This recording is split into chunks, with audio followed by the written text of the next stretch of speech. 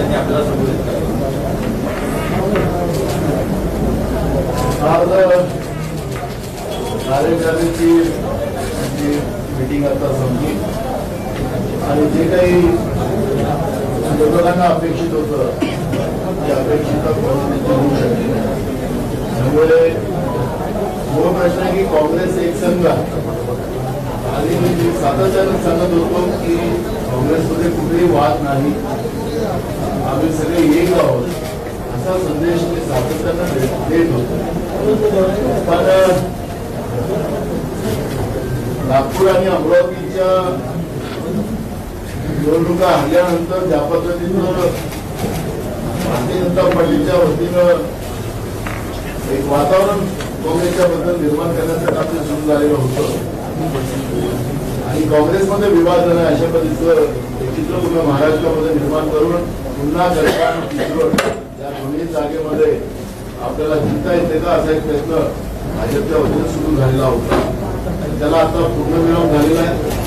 आज आपल्याला आमचा कसबा आणि चिचवड या दोन्ही महाविकास आघाडीच्या दोन्ही उमेदवाराला त्या ठिकाणी निवडून आणण्याचा एक संकल्प सुद्धा आज आपल्या कार्यकारिणीमध्ये आम्ही केलेला आहे आणि एकजुटीनं आमची पूर्ण कार्यकर्ते या दोन्ही विधानसभेमध्ये जाऊन महाविकास आघाडीच्या उमेदवाराचा प्रचार करतील आणि दोन्ही उमेदवार जिंकण्याचा एक निर्णय या ठिकाणी आम्ही केलेला. काही ठराव आम्ही त्याच्यामध्ये केले. त्याच्यामध्ये राहुल गांधीची जी पदयात्रा भारत जोडोच्या माध्यमातून केली, या यात्रेचं कौतुक देशाच्या जगामध्ये केलं जातं आणि त्याचा साथ अभिमान महाराष्ट्र प्रदेश काँग्रेसला आहे. म्हणून आज आम्ही ठराव त्या माध्यमातून केलेला आहे. दुसरा ठराव आमचा एक झाला की महाराष्ट्रामध्ये शेतकऱ्यांच्या बद्दलचं राज्याचं आणि केंद्राचं सरकार हे सातत्यानं दुर्लक्ष करते आहे. कापूस असेल, धान असेल, सोयाबीन असेल, कांदा असेल, या पिकाला शेतकऱ्यांच्या शेतीच्या मालाला भाव नाही. शेतकऱ्यांचा माल घेतला जात शेतीमाल घेतला जात नाही. त्याला घेतला तर त्याला वेळेवर पैसे दिले जात नाही आणि मोठ्या प्रमाणात शेतकऱ्यांच्या आत्महत्या आपल्या महाराष्ट्रामध्ये सुरू आहे. राज्यातलं आणि केंद्रातलं सरकार त्याच्याकडे मुद्दामून दुर्लक्ष करत आहे. शेतकरी विरोधी सरकार भारतीय जनता पार्टीची या सरकारला रस्त्यावर आणि विधानसभेमध्ये दोन्ही ठिकाणी भट्टीवर आणण्याचा निर्णय काँग्रेस पक्षाच्या वतीनं केला गेलेला आहे. दुसरा, आज त्या जोडो प्रोग्रामच्या माध्यमातून रोजगार मेळावे घेतले जातील, महिला मेळावे घेतले जातील आणि त्या माध्यमातून तरुणांना रोजगाराच्या संध्या कशा उपलब्ध करून दिल्या जातील, त्यांना धीर कसा दिला जाईल आणि हे सरकार कसं तुमच्या विरोधात आहे तसं खासगीकरणाकडे त्यांनी वाटचाल सुरू केलेली आहे आणि खासगीकरणाच्या माध्यमातून आरक्षण कसं संपवले केंद्रातलं आणि राज्यातलं सरकार निघालेलं आहे त्याबद्दलचं एक जनजागृतीची मोहीम काँग्रेस पक्षाच्या वतीनं हास्य जोडो कार्यक्रमाच्या माध्यमातून घेतली जाणार आहे. गरीब लोकांच्या अन्न वस्त्र निवारा या दोनही ज्या अन्न वस्त्र निवारा या मूलभूत अधिकार असताना सुद्धा घरकुलं महाराष्ट्रातून वापस चालली, लोकांना घरकुलं मिळत नाही. तरी घरकुला न राहता 31 डिसेंबरला राज्यातलं सरकार गरिबांना घर बांधून देऊ शकणार नाही तर आपल्या राज्यातला कोणता दुसऱ्या राज्यामध्ये गुजरातमध्ये जसं उद्योग वापस दिले तसं राज्यातले घरकुलं गरिबाचे सुद्धा गुजरातला पाठवण्याचं पाप महाराष्ट्रातलं एकनाथ शिंदे आणि फडणवीसाच्या सरकारने केलं. हे विरोधी हे सरकार आणि दुसरं माध्यमावर सातत्यानं होणारे हल्ले, सत्तेचा दुरुपयोग आपण पाहिलं असेल की रिफायनरीच्या याच्यामध्ये एका पत्रकाराला रत्नागिरी जिल्ह्यामध्ये त्याच्या गाडीला एका जीपनी त्याला घुसळून मारण्याचं पाप त्या ठिकाणी झालं. पत्रकारांना सुरक्षित या राज्यात पत्रकार सुरक्षित नाही, महिला सुरक्षित नाही आणि त्या दृष्टिकोनातून काँग्रेस पक्ष ही लढाई विधानसभेत आणि रस्त्यावर लढेल. पत्रकारांच्या कुटुंबाला काही घोषणा केली सरकारने की 25 लाख देऊ. 25 लाखामध्ये त्यांनी जीव वापस आणतात का? पत्रकारांनी निर्भयपणे आपलं मत मांडणं हे चुकीचं आहे का? हे सगळे प्रश्न त्या ठिकाणी निर्माण केले जातील. पत्रकारांच्या हल्ल्याचा जॉब विचारला जाईल. आपण पाहिलं की BBC संस्थेने जी एक नरेंद्र मोदींच्या बरोबर एक टीम तयार केली, जी वास्तविकता आहे ती जगभरामध्ये दाखवली जाते आहे, पण देशामध्ये दाखवली जाऊ नये याचा प्रयत्न भाजपच्या वतीने केला जातो आहे.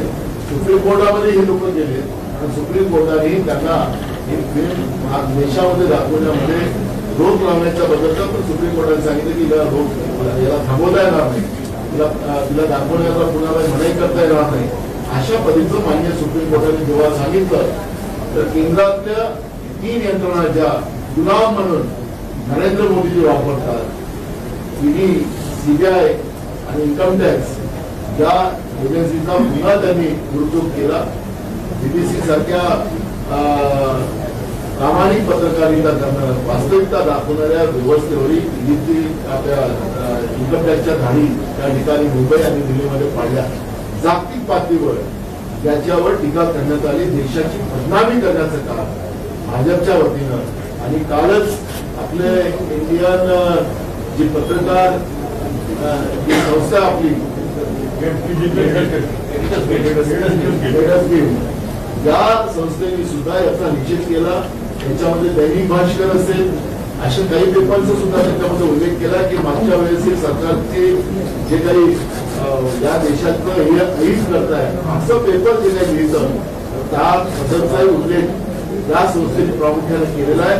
आणि ही आता या पद्धतीची जी हुकुमशाही आहे ही आता सहन केली जाणार नाही अशा पद्धतीची या संस्थेने सुद्धा भूमिका घेतलेली आहे. आमचे नेते राहुल गांधीजी आणि आमचे राष्ट्रीय अध्यक्ष मल्लिकार्जुन खरगे साहेबांनी सुद्धा जे लोकसभेमध्ये आणि राज्यसभेमध्ये अदानी ग्रुपच्या संबंधाच्या बद्दलचे प्रश्न उपस्थित केले. त्याच्यात LIC असेल, SBI असेल, या बँकांना असं लुटलं गेलं, डाका टाकण्यात आला, सामान्यांचे पैसे लुटले गेले, या सगळ्यांचे प्रश्न आणि अदानीशी नरेंद्र मोदींचे संबंध काय, ते कुठल्या कुठल्या देशात त्यांच्याबरोबर होते, त्या देशामध्ये कसे कॉन्ट्रॅक्ट म्हणून दिले, हे प्रश्न विचारले असतात. हे प्रश्नच लोकसभेच्या आणि राज्यसभेच्या पटलावर काढणं म्हणजे लोकशाहीचा खून झाला त्याचाही निषेध करण्याचा ठराव आम्ही आज आमच्या कार्यकारिणीमध्ये घेतलेला आहे. आणि लोकशाही जिवंत राहिली पाहिजे, संविधान जिवंत राहिलं पाहिजे आणि हा देश महासत्ताक बनला पाहिजे. जे स्वप्न राहुल गांधींचं, सोनिया गांधींचं आहे हे पूर्ण करण्याचा एक संकल्प सुद्धा आम्ही आजच्या या कार्यकारिणीच्या बैठकीमध्ये केलेला आहे. नाना भाऊ, आज दिलदबाई झाली का बाळासाहेब थोरात आपल्या बाजूला? मी सुरुवातीलाच प्रश्न उपस्थित केला होता. मी सांगितलं की आमच्या काँग्रेस पक्षामध्ये कुठेही काही वाद नाही, काही वातावरण नागपूर आणि अमरावतीची निवडणूक जिंकण्यासाठी केलेलं एक वातावरण होतं. त्याची मी सुरुवातीलाच काँग्रेसचा प्रदेशाध्यक्ष म्हणून आपला केलं होतं की आमचा कुठलाही वाद नाही. बाळासाहेबांनी सुद्धा परवा आपल्याला सांगितलं की आमचा कुठेही वाद नाही. त्यामुळे वाद निर्माण करण्याचा जो प्रयत्न झालेला आहे तो आता पूर्ण ठरलेला आहे आणि कसबा आणि तिजोड या दोन्ही निवडणुका महाविकास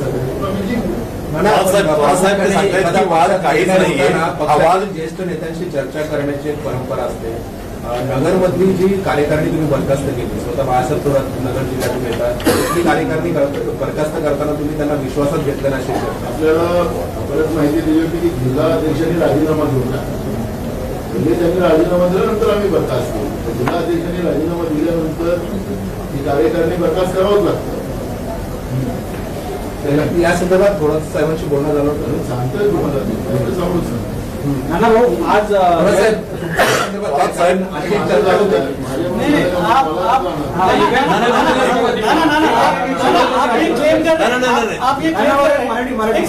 थोडा साहेबांना एक प्रश्न आहे की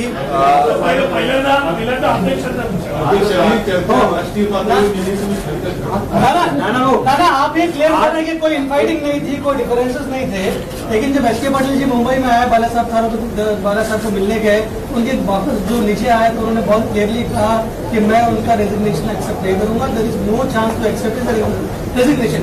इसका मतलब कुछ तो था, उन्होंने रिजाइन किया. आपका बाला साहब का एक्सीडेंट हुआ, एस के पाटिल साहब पहली बार मुंबई आए तो उनके घर में गए. एक्चुअली बड़े साहब ने कहा उसको मिले, लेकिन उनका एक्सीडेंट हुआ तो उनके घर में जाके मिले. ये तो इंसानियत तो रखना ही पड़ेगा ना. उन्होंने मैं कैमरे में देख लिया, बाला साहब को मना नहीं किया, अब उनकी तबियत ठीक नहीं तो मिलने गए.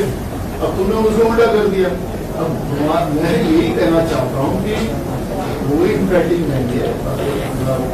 फाइटिंग होती तो अभी हम फाइटिंग होती ना, हम लोग कितने हंसे यहाँ पर आए। आपने देखा होगा आवाज तो नीचे अगर हम लोगों ने लाइव रखा था। आप देख सकते हो।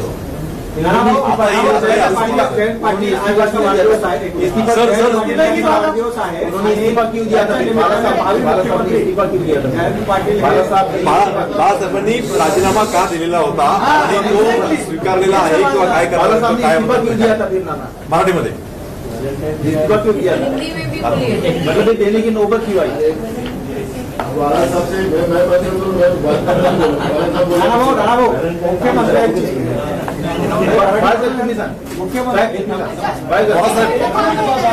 मराठी होता ना राजीनामा का दिला होता त्यांनी आणि दिल्लीला पत्र का पाठवलं होतं? सर आप बताइए. तुम्हाला ते वाटलं की त्यांनी पत्र पाठवलं, तुमच्याकडे एक कॉपी तर दाखवा. मला देश तुम्हाला सातत्याने विचारतो त्यांच्या राजीनाम्याची तरी कॉपी दाखवा. तुम्हाला मी सातत्याने मीच मांडत होतो प्रश्न. बाळासाहेबांना आतमध्ये म्हणजे आपल्या रूममध्ये तुमचा टीव्ही पाठवून त्याच्या काय वेदना होत होत्या, मला त्यांच्या भेटा वाढवायचं काम तुम्ही केलं ते. नाना एच.के. पाटलांनी मान्य केलेलं आहे की थोरातांनी राजीनामा दिलेला आहे, तो आम्ही ऍक्सेप्ट करणार नाही. तुम्ही कसं म्हणताय की दिलेलं नाही म्हणून? नेमकं काय सच्चाई क्या है वो बताइए सर. सच्चाई तो इसलिए कोई झगड़ा नहीं, कांग्रेस एक है. और आपने देखा है कि आज कार्यकारिणी का जो मीटिंग में हम लोगों ने जो पुरस्कार हासिल किए, जनता ने कांग्रेस और महाविकास आघाड़ी को जो आशीर्वाद दिया उसकी हमने खुशी मनाई है. और आने वाली सब लड़ाइयाँ जैसी होती जाए उसकी एक रणनीति हमने बनाई और हम सब लोग बाळासाहेब प्रश्न असा आहे की बाळासाहेब प्रश्न असा आहे की तुम्ही राजीनामा दिलेला आहे, अध्यक्ष म्हणतायत की राजीनामा दिलेला नाहीये. एच.के. पाटील असं म्हटलं की राजीनामा दिलेला आहे. जयंत पाटलांचा एक मिनिट ऐकत होतं ना.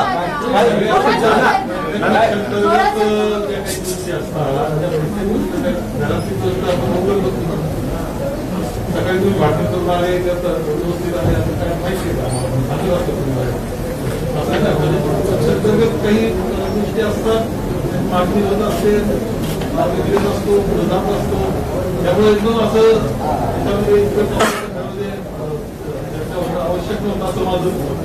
तुमची नाराजी दूर झाली का? नाराजी होती असं मध्ये त्या दिवशी तुम्ही म्हणाल की अध्यक्षांना भेटल्यानंतर सगळा काय त्यावर निर्णय घेतला? असते होतं. साहेब याबाबत एच.के. पाटीलने म्हटलं आहे की आमची जी काही चर्चा आहे ती रायपूरला होणार आहे, त्यामुळे असं दिसतं त्या ठिकाणी त्याच्या मुद्द्यावर ज्यावेळेस रायपूरला जाऊ तर महाराष्ट्रातच प्रश्नांची चर्चा होईल. प्रश्न कोणत्या पक्षात असतात ते चर्चा करू. फक्त आम्हाला प्रसिद्धी जास्त मिळते एवढंच.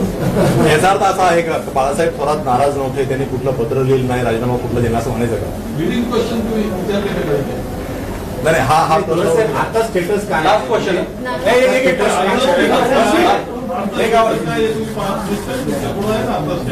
स्टेटस टाकण्याची आवश्यकता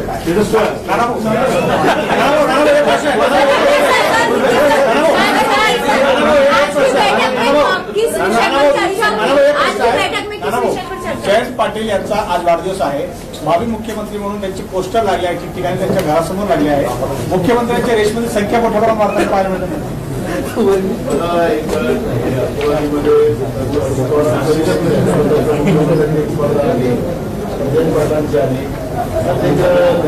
मुख्यमंत्री व्हावा असं प्रत्येक पक्षाच्या नेत्यांना वाटतंय. काय जनतेमध्ये जनतेचा गोल हा सगळ्यात महत्वाचा असतो. आणि कार्यकर्त्यांनी कुणाची इच्छा बाळगली, कोणी स्वप्न बघायचं तर त्याला अडचण कोणाची चांगली नाही असं मला वाटतं. चर्चा हुई वो बताइए. आज के बैठक में राहुल गांधी जी का उनकी जो कन्याकुमारी काश्मीर जो पदयात्रा हुई, जिस तरह से उन्होंने जनता का दर्द समझा, उसके बारे में उसको न्याय देने की भूमिका रखी और उस यात्रा को सफलता से बारिश, धूप और विवाद के बीच में से वो यात्रा और सक्सेस यात्रा अभिनंदन का ठहराव आज के कार्यक्रम में रखा गया था. जिस तरह से किसानों के बारे में महाराष्ट्र में आज कपास के दाम केंद्र सरकार की अलग नीति की वजह से गिराए थे. राज्य सरकार उसको मदद करने को तैयार नहीं है. कपास हो, सोयाबीन हो, धान हो, प्याज हो, ऐसे सभी किसानों को बात करने की व्यवस्था जो केंद्र और राज्य की सरकार ने नीति की है उसके विरोध में रास्ते पर करने की और विधानसभा में रखने की भूमिका आज के दबाव में आज के कार्यक्रम में की है। दूसरा महत्व का प्रश्न है कि पत्रकारों को भी आवाज उठाने के बाद मारा जाता है। रत्नागिरी जिले में रिफाइनरी के प्रकरण में जिस तरह से वारसे नाम का जो पत्रकार था, शशिकांत वारसे नाम का जो पत्रकार था, उसको गाड़ी के नीचे उछलकर मारा गया, पत्रकार की हत्या की गई। और ये महाराज जैसे प्रोग्राम जो शाहू फुले अम्बेडकर की विचारधारा के राज्य में इस तरह से पत्रकारों को मारा जाता हो, उसका मर्डर किया जाता हो, निषेधार्थ है। उसका सवाल हम विधानसभा में पूछेंगे और 25 लाख की मदद पत्रकार के परिवार को की जा रही है। इस तरह की मैंने एक न्यूज सुनी। 25 लाख से अगर जान वापस आती है, पत्रकारों की जान लेकर उसको इस तरह से उनके परिवार को सात्वित किया जाता हो, 25 लाख से नहीं, उसकी जिंदगी कैसी वापस आए, जिस लिए वो लड़ रहा था वो लड़ाई कैसी वापस आए, ये सब सवाल हम वहाँ पूछेंगे। जिस तरह से बीबीसी के ऊपर उस संस्था के ऊपर जो कार्रवाई की जा रही है और उस कार्रवाई के माध्यम से इनकम टैक्स की मुंबई और दिल्ली में जिस तरह से कल से जो उनकी रेट गिराने का काम शुरू हुआ है, उसका विरोध पूरे दुनिया में होना शुरू हुआ है। हमारे देश की बदनामी करने का पाप जो बीजेपी कर रही है कि यहाँ लोकतंत्र नहीं बचा है, यहाँ हुकुमशाह कोई बैठा है और इससे हमारे लोकतंत्र को खतरा पहुंचा है और उसके लिए उसका भी हम निषेध करते हैं। हम क्योंकि आज पत्रकार जो ऑल इंडिया जो संगठन है उसने भी उस विषय में अपना पत्रक निकाला, उसका निषेध किया है। कांग्रेस पार्टी ने भी उसका उस बीबीसी के ऊपर कार्रवाई का निषेध किया है। जिस तरह से अदानी ग्रुप के ऊपर अदानी ने जिस तरह से झूठे पेपर दिखाकर SBI हो, LIC हो, इसमें से पैसे लूटे, आम आदमी के पैसे लूटे और उसका सवाल राहुल जी ने, हमारे नेता मल्लिकार्जुन खड़गे जी ने इन्हें जब राज्यसभा और लोकसभा में पूछा तो वो रिकॉर्ड से निकालने का काम किया गया। तो सवाल क्या था कि अदानी जी के संबंध नरेंद्र मोदी जी के कहाँ तक है, उनसे देश में वो पहले पहुंचे थे, उनसे देश में फ्लाइट में थे, कितने दुनिया से कॉन्ट्रैक्ट मिला के दिए। इस तरह के सवाल सिंपल थे क्योंकि अदानी का जो घोटाला है, जो बैंक लूटने का, LIC को लूटने का, ये दावा है कि देश की जनता के पसीने का पैसा जो LIC में और बैंकों में रखा है उसको लूटने का काम जो हुआ और उसके बारे में जो प्रश्न पूछने के बाद वो रिकॉर्ड से निकालने के बाद रिकॉर्ड से निकाल दिया गया। तो ये लोकतंत्र का मर्डर करने का पाप अगर नरेंद्र मोदी की और बीजेपी की सरकार करती है तो उसको भी लड़ने का एक मकसद हमने यहाँ पे बनाया है और ऐसे कई विषयों को लेके आज हमने कई ठराव पाए। मला एक प्रश्न असा आहे की तुम्ही म्हणताय आमच्यात काही मतभेद नव्हते, थोरात साहेबांनी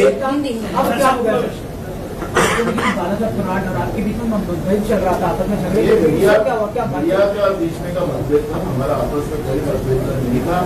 आज आपने देखा होगा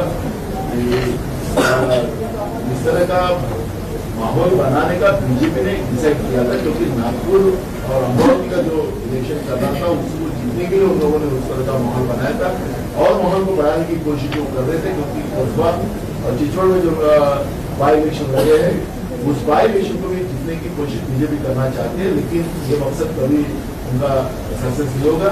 महाविकास आघाड़ी के हमारे कस्बा के और चिचोड़ के दोनों उम्मीदवार हमारे जीत गए। प्रश्न